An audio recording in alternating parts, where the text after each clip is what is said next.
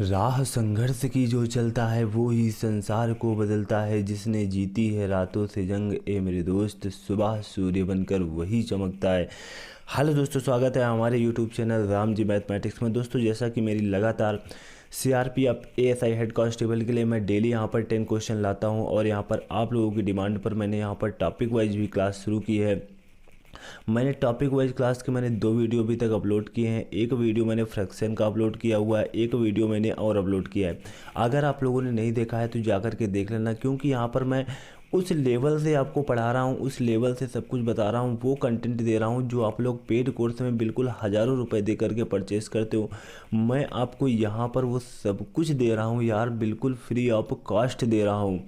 तो जैसे कि देखो, मेरी ये 10 क्वेश्चन की क्लास तो लेना बिल्कुल भी ना भूलना, क्योंकि इसमें 10 क्वेश्चन वो सिलेक्टेड क्वेश्चन होते हैं और हर टॉपिक से क्वेश्चन होते हैं। टॉपिक का मतलब आपका परसेंटेज हो गया, प्रॉफिट एंड लॉस हो गया, बोट एंड स्ट्रीम हो गया, एलिगेशन हो गया, एवरेज हो गया, ठीक है। तो यहाँ पर सभी टॉपिक से ये क्वेश्चन मैं यहाँ पर लेकर के आता हूँ और इन 10 क्वेश्चनों की सीरीज लेना तो आप लोग बिल्कुल भी ना भूलना, क्योंकि ये लगभग अगर आप मेरी 15 दिन कंटिन्यू ये क्लास ले रहे हो तो यहाँ पर देखो आपका 2 फायदा होंगे। यहाँ पर आपका सारे टॉपिक तो क्लियर ही हो रहे हैं और प्लस मैं यहाँ पर आपके टॉपिक में स्पीड को कवर कराने पर बहुत मेंटेन रखने में मैं आपकी कोशिश करता हूँ कि आपकी स्पीड बहुत तेज़ हो जाए।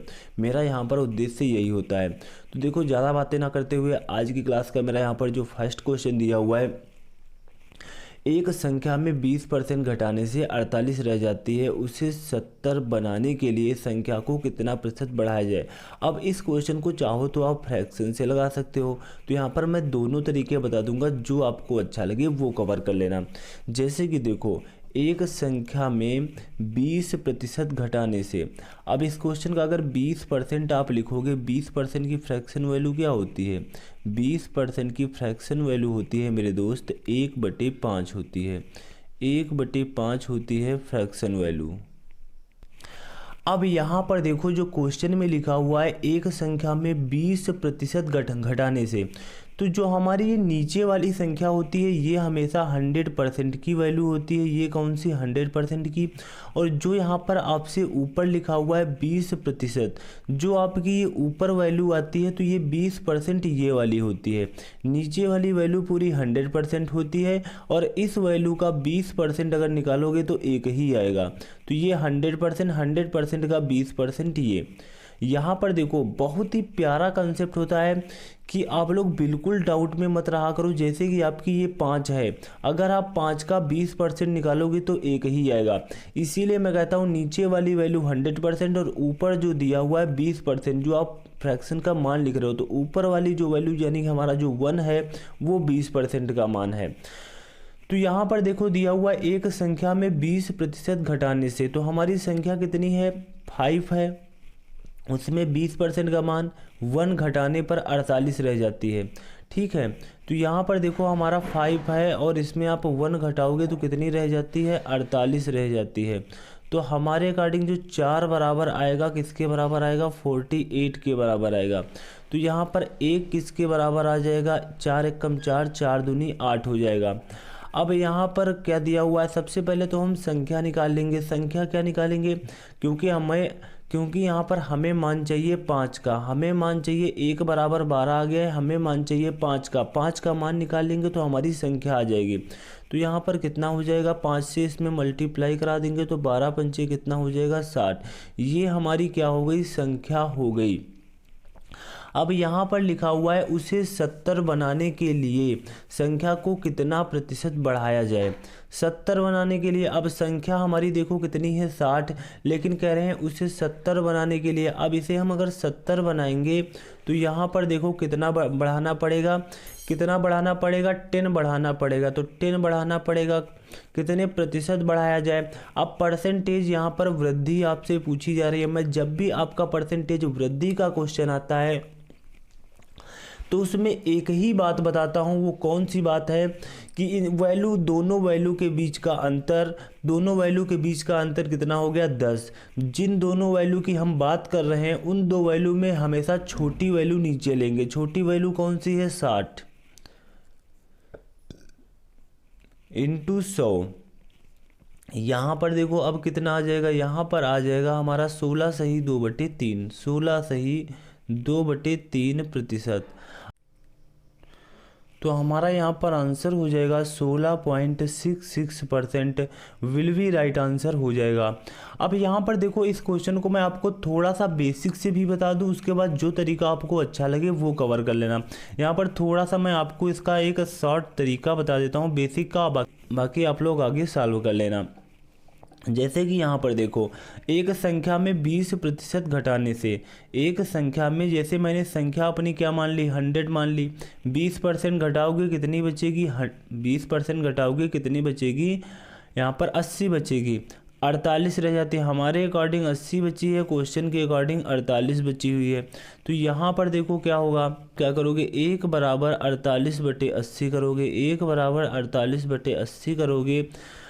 तो यहाँ पर क्या दिया हुआ है, उसके बाद देखो यहाँ पर हम टोटल संख्या का मान निकालेंगे, संख्या का मान 100 का मान निकालेंगे, 100 का मान यहाँ पर कितना आ जाएगा, 0 से 0 काट देंगे, 8 छंग 48।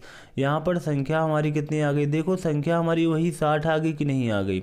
अब 70 बनाने के लिए तो उसमें फिर 10 की वृद्धि बटे 60 × 100 करोगे, वही आपका आंसर आ जाएगा 16.66%। चाहो तो आप ये भी तरीका एक लगा सकते हो, जो तरीका आपको अच्छा लगे वो कवर कर लेना। तो यहाँ पर आप उसी तरीके से आगे अभी सॉल्व कर लेना। उसके बाद मेरा नेक्स्ट क्वेश्चन है, उसके बाद यहाँ पर देखो जो नेक्स्ट क्वेश्चन दिया हुआ है टाइम एंड वर्क का प्यारा सा क्वेश्चन है। एक कार्य को 8 व्यक्ति समान दर से कार्य करते हुए 96 दिन में पूरा कर सकते हैं, 6 व्यक्ति उसी कार्य को पूर्ण करने में कितने दिन लगाएंगे। तो बहुत ही प्यारा सा क्वेश्चन है, सिंपल सा क्वेश्चन है। एक कार्य को 8 व्यक्ति हैं समान दर से कार्य करते हुए 96 दिन में कार्य को पूरा करते हैं। तो यहाँ पर वही तरीका लग जाता है, कौन सा, MDH बराबर M1 D1 H1 बराबर M2 D2 और H2। तो यहाँ पर 8 व्यक्ति, M का मतलब मैन हो गया, D का मतलब डेज हो गया, H का मतलब हावर्स हो गया। यहाँ पर वही मैन डेज हावर्स। तो 8 व्यक्ति हैं, किसी कार्य को 96 दिनों में कर सकते हैं। और यहाँ पर आगे आपसे पूछा गया है 6 व्यक्ति उसी कार्य को x दिनों में कर सकते हैं। तो यहाँ पर देखो 6 1 कम 6, 3 6 6 36, x इक्वल टू कितना हो गया, यहाँ पर 8 छंग 48 हो गया, 8 1 कम 8, 8 4 12 हो गया, 128 विल बी राइट आंसर हो जाएगा, 128 डेज। तो यहाँ पर 128 डेज हमारा क्या हो जाएगा, विल बी राइट आंसर हो जाएगा, ऑप्शन नंबर सी। उसके बाद देखो हमारा नेक्स्ट क्वेश्चन है, यहाँ पर देखो जो हमारा नेक्स्ट क्वेश्चन दिया हुआ है HCF का क्वेश्चन दिया हुआ है। R इक्वल टू कुछ हमारी वैल्यू दी गई है और T इक्वल टू हमारी वैल्यू दी गई है। तब R और T का HCF आपसे निकालने को कहा जा रहा है। तो R और T का HCF कितना हो जाएगा, R बराबर ये वैल्यू दी हुई है, T बराबर ये वैल्यू। तो हम R और T का जब HCF निकालेंगे, HCF का मतलब होता है हाईएस्ट कॉमन फैक्टर, जो बड़े से बड़ा हमें फैक्टर यहाँ पर कॉमन मिल रहा है। तो यहाँ पर देखो 91 की पावर यहाँ पर कितनी लिखी हुई है, 4 लिखी हुई है। सबसे पहले तो हमें देखो इस क्वेश्चन को थोड़ा सा सॉल्व करना होगा, तभी यहाँ पर हम HCF को बता पाएंगे। जैसे कि देखो यहाँ पर HCF अभी हम बाद में आपको यहाँ पर निकाल के दिखा रहे हैं, पहले वैल्यू को थोड़ा सा सॉल्व कर ले। R इक्वल टू जैसे कि यहाँ पर लिखा हुआ है 91 की पावर 4, 91 की पावर 4, आप 91 के फैक्टर कितने होते हैं, 13 × 7, 91 के फैक्टर होते हैं 13 × 7। तो आप 13 × 7 की पावर भी 4 लिख सकते हो। उसके बाद यहाँ पर देखो 85 के फैक्टर होते हैं 17 5 85, यहाँ पर देखो 17 5 85, 85 के फैक्टर हो जाएंगे पावर 5। उसके बाद 2 × 19, यहाँ पर ऊपर कितनी लगी पावर 10। उसके बाद यहाँ पर देखो T, अब यहाँ पर 52 के फैक्टर करेंगे, तो 52 के जब हम फैक्टर करेंगे तो यहाँ पर 2 × अब यहाँ पर देखो 2 × 2 और × 13, ये हमारे देखो 52 के फैक्टर हो जाएंगे। उसके बाद देखो यहाँ पर 19, 7 × 17 हो जाएगा, ये हमारे देखो 19 के फैक्टर हो जाएंगे। यहाँ पर पावर 11 और यहाँ पर क्या दिया हुआ है 69, तो यहाँ पर 23 और यहाँ पर 3 और 23 कर देंगे, 3 और 23 की पावर कितनी कर देंगे, 11 कर देंगे। तो ये हो गए हमारे फैक्टर। अब आसानी के साथ हम यहाँ पर HCF को निकाल सकते हैं, नहीं वैसे अगर निकालते तो हमें बहुत प्रॉब्लम होती। अब जैसे यहाँ पर देखो कौन कौन से में फैक्टर हैं जो कॉमन मिल रहे हैं, एक एक फैक्टर की यहाँ पर हम बात कर लेते हैं। सबसे पहले देखो हम 2 की स्टार्ट करते हैं। तो यहाँ पर देखो 2 कितने बार है, यहाँ पर 2 कितने बार है। तो यहाँ पर अगर हम देखें 2 इंटू 2 लिखा हुआ है, तो इसको मैं 2 की पावर 2 लिख सकता हूँ, 2 की पावर 2 और ऊपर पावर यहाँ पर लगी हुई है 6, तो 2 की पावर कितनी हो जाएगी 12, 2 की पावर कितनी हो जाएगी 12। और यहाँ पर 2 की पावर कितनी है, यहाँ पर 2 है नहीं, यहाँ पर 2 है नहीं, यहाँ पर 2 की पावर 10 है, यहाँ पर 2 की पावर 12, यहाँ पर 2 की पावर 10। तो हाईएस्ट कॉमन फैक्टर का मतलब जो यहाँ पर बड़े से बड़ा नंबर कॉमन मिल रहा है, तो 2 की पावर 10, 2 की पावर 10 जो है हमें दोनों वैल्यू से कॉमन मिल जाएगा, 2 की पावर 10 हमें दोनों वैल्यू से कॉमन मिल जाएगा, यहाँ से भी यहाँ से भी। उसके बाद अगला देखो नंबर्स लेते हैं, 2 का काम हो गया यहाँ पर, 2 के बाद हम यहाँ पर आ जाते हैं 3 पे। तो यहाँ पर देखो 3 हमारा 3 की पावर 11 दी हुई है, तो यहाँ पर देखो 3 3 3, यहाँ पर 3 है ही नहीं तो कॉमन ही नहीं, तो 3 का काम कैंसिल हुआ। उसके बाद 3 के बाद आ जाते हैं हम सीधा 7 पर, 7 पर आ जाते हैं। तो यहाँ पर 7 की पावर देखो कितनी दी हुई है, तो यहाँ पर जैसे देखो अब हमारा 2 का काम हो गया, 3 का काम हो गया, 7 का काम करते हैं। तो 7 की पावर यहाँ पर 11, ऊपर यहाँ पर देखो 7 की पावर 4 और कोई 7 नहीं दिया हुआ है, तो 7 की पावर 4 हम ले लेंगे जो दोनों से कॉमन मिल सके। अब देखो यहाँ पर 7 का काम भी हो सका। अब यहाँ पर हम क्या करेंगे 13 की पावर 6, 13 की पावर यहाँ पर 4 दी हुई है और कोई 13 की पावर दी नहीं हुई, तो 13 की पावर 4 हमारी क्या हो जाएगी, कॉमन हो जाएगी। तो 13 का काम भी हमारा यहाँ पर समाप्त हुआ। अब इसमें बचा क्या हमारा 17। अब 17 की पावर यहाँ पर 5 और 17 की पावर यहाँ पर 11, तो 17 की पावर हम क्या ले लेंगे 5 ले लेंगे। तो यहाँ पर 17 का भी कार्य समाप्त हुआ। उसके बाद आते हैं नीचे 23, 23 की पावर 11 और ऊपर 23 तो है नहीं, तो यहाँ पर 23 का भी काम समाप्त हुआ। अब देखो आप कहोगे सर अभी ऊपर 5 बचा हुआ है, तो यहाँ पर देखो एक लाइन के पूरे मैंने वैल्यू पूरे अंक मैंने कट कर दिए, नीचे वाली लाइन से हमारा कुछ नहीं बचा ना, तो अब हम कुछ देखेंगे ही नहीं ऊपर, ठीक है।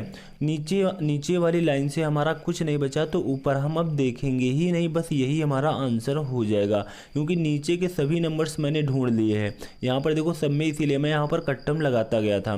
तो यहाँ पर कितना हो जाएगा 2 की पावर 10 इंटू 7 की पावर 4 इंटू 13 की पावर 4 इंटू 17 की पावर 5, यही आपका क्या हो जाएगा HCM हो जाएगा और यही आपका राइट आंसर हो जाएगा। उसके बाद देखो जो हमारा नेक्स्ट क्वेश्चन है, अब देखो जो हमारा ये नेक्स्ट क्वेश्चन दिया हुआ है, एक वस्तु को उसके क्रय मूल्य से 20% अधिक पर अंकित किया गया था और अंकित मूल्य पर 20% की छूट दी गई, लाभ या हानि प्रतिशत ज्ञात कीजिए। अब देखो हम इसमें क्या करेंगे, एक वस्तु को उसके क्रय मूल्य से 20% अधिक पर अंकित किया गया।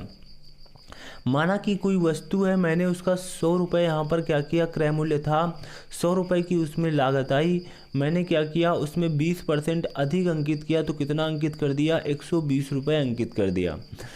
और कह रहे हैं यदि अंकित मूल्य पर 20% की छूट, तो ये हो गया हमारा देखो अंकित मूल्य मतलब MRP और ये हो गया हमारा क्रय मूल्य मतलब CP। आप क्या कह रहे हैं, अंकित मूल्य पर 20% की छूट दी जाती है, इसका मतलब 120 पर 20% की आप छूट दोगे, 120 का 10% होता है 12 और 20% हो जाएगा 24।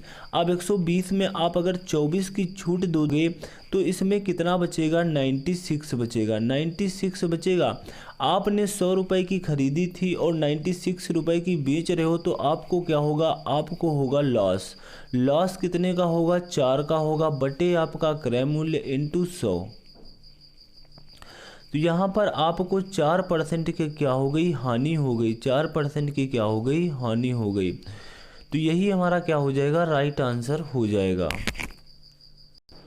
तो यहाँ पर ऑप्शन हमारा कौन सा हो जाएगा, option number B will be right answer हो जाएगा। उसके बाद देखो हमारा नेक्स्ट क्वेश्चन है, यहाँ पर देखो जो हमारा क्वेश्चन नंबर 16 दिया हुआ है, बहुत ही बढ़िया प्यारा सा क्वेश्चन दिया हुआ है। बॉड मास का क्वेश्चन है। सबसे पहले यहाँ पर देखो ब्रैकेट के अंदर वाली वैल्यू को सॉल्व करेंगे और ब्रैकेट के अंदर जो सॉल्व करेंगे वो सबसे पहले हम डिवाइड को सॉल्व करेंगे। जैसा कि देखो यहाँ पर दिया हुआ है 1 सही 1/3, तो यहाँ पर देखो थोड़ी देर के लिए सबसे पहले हम इसको ही सॉल्व करेंगे। इसको सॉल्व करने के लिए थोड़ा सा इनको सही रूप में भी लिख सकते हैं। 3 एकम 3, 3 एक 4 बटे कितना हो जाएगा 3 हो जाएगा। और यहाँ पर मल्टीप्लाई 5 एकम 5, 5 4 9/5 हो जाएगा। और यहाँ पर डिवाइड में हमारा 3/5 दिया हुआ है। और यहाँ पर हमारा क्या है 3/8 और माइनस का 2/3।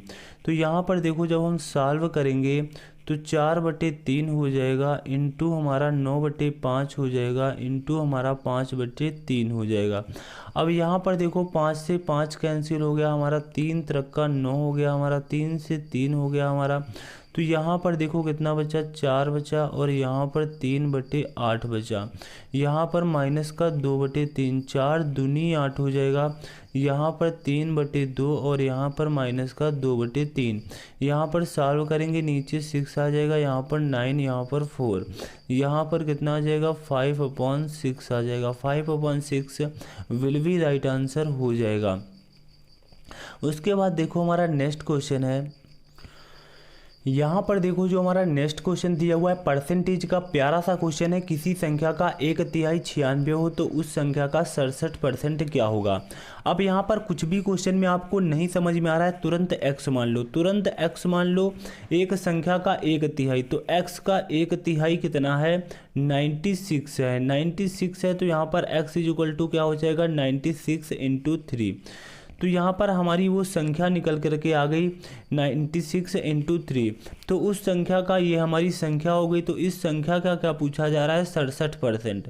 67/100 कर देंगे, यही हमारा आंसर आ जाएगा। बस हमें यहाँ पर मल्टीप्लाई कराना है।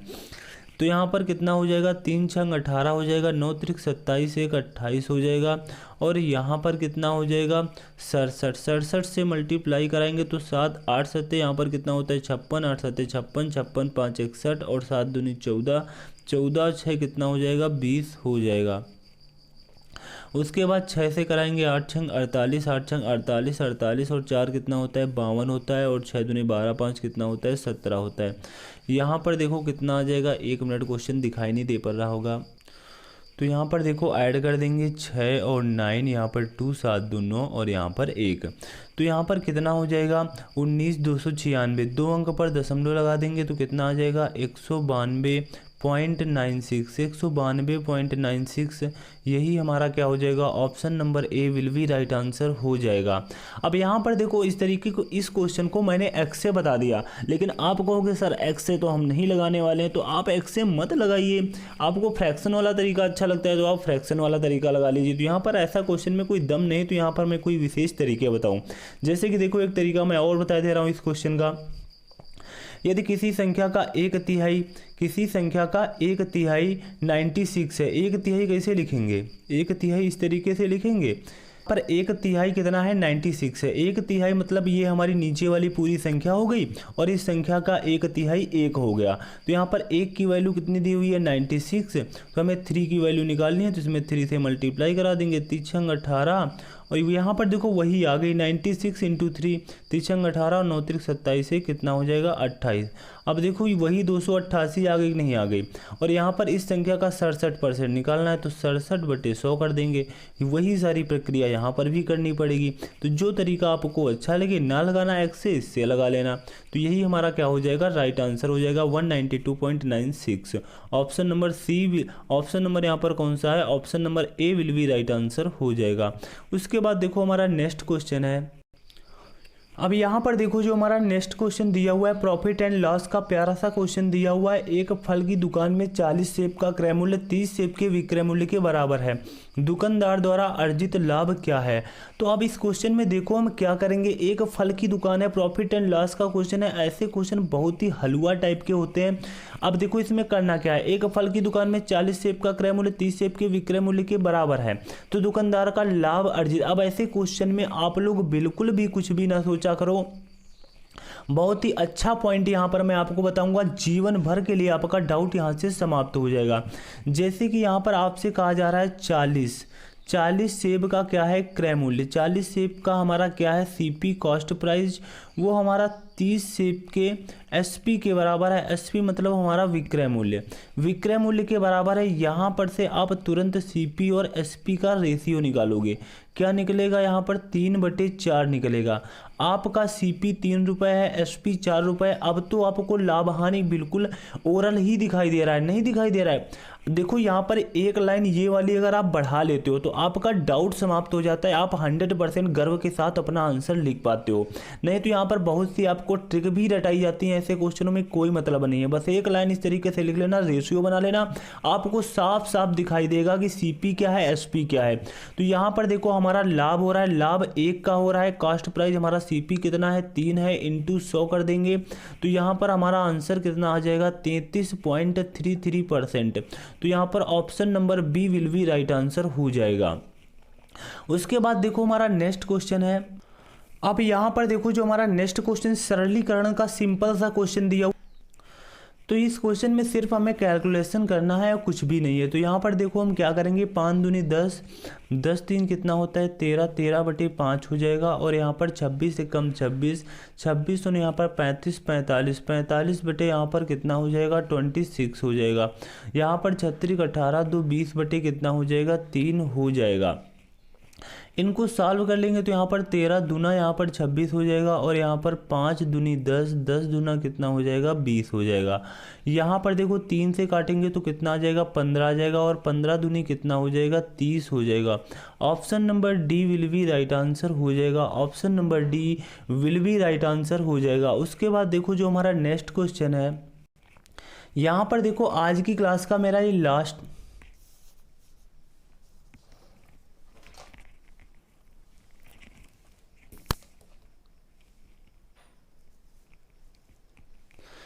यहाँ पर देखो ये आज की क्लास का मेरा लास्ट क्वेश्चन है। ये हमारा बोट एंड स्ट्रीम, नाव और धारा का क्वेश्चन है। प्यारा सा क्वेश्चन है। स्थिर जल में एक नाव की चाल 18 किलोमीटर प्रति घंटा है।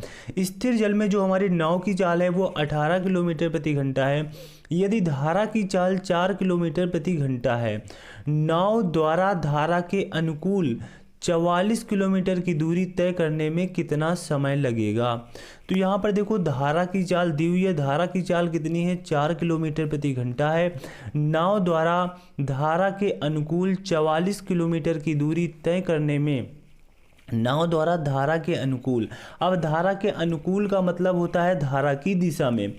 तो यहाँ पर स्थिर जल में नाव की चाल यदि 18 किलोमीटर है तो अनुकूल यानी कि धारा की दिशा में हमारी नाव की चाल कितनी हो जाएगी। नाव की चाल हमारी शांत जल में 18 है और प्लस इसमें 4 और ऐड हो जाएगी, तो हमारी जो चाल हो जाएगी वो 22 km प्रति हावर्स, 22 किलोमीटर प्रति घंटा हो जाएगी। तो यहाँ पर पूछा जा रहा है नाव द्वारा धारा के अनुकूल 44 किलोमीटर की दूरी। अब वो 22 की स्पीड से 44 किलोमीटर की दूरी को कितने समय में तय करेगी। तो समय बराबर होता है डिस्टेंस अपॉन चाल, यानी कि डिस्टेंस अपॉन स्पीड मतलब दूरी बटे चाल। तो दूरी हमारी कितनी है 44 और चाल है हमारी 22, तो यहाँ पर काट देंगे तो यहाँ पर कितने लगेंगे 2 आवर्स। 2 घंटे में वो 44 किलोमीटर की दूरी को कवर कर देगी। तो option number D will be right answer हो जाएगा। Option number D will be right answer हो जाएगा। तो दोस्तों आज की मेरी यह क्लास कैसी लगी नीचे कमेंट बॉक्स में अवश्य बता देना। और अभी तक हमारे YouTube channel Ram ji mathematics को सब्सक्राइब नहीं किया है मेरे CRP या PSI हेड कांस्टेबल के बच्चे, तो मेरे चैनल को सब्सक्राइब कर लेना और बेल आइकन पे ऑल पे जाकर के प्रेस कर लेना, जिससे कि मैं किसी भी प्रकार की कोई वीडियो अपलोड करूँ उसकी नोटिफिकेशन आपको तुरंत मिल सके। दोस्तों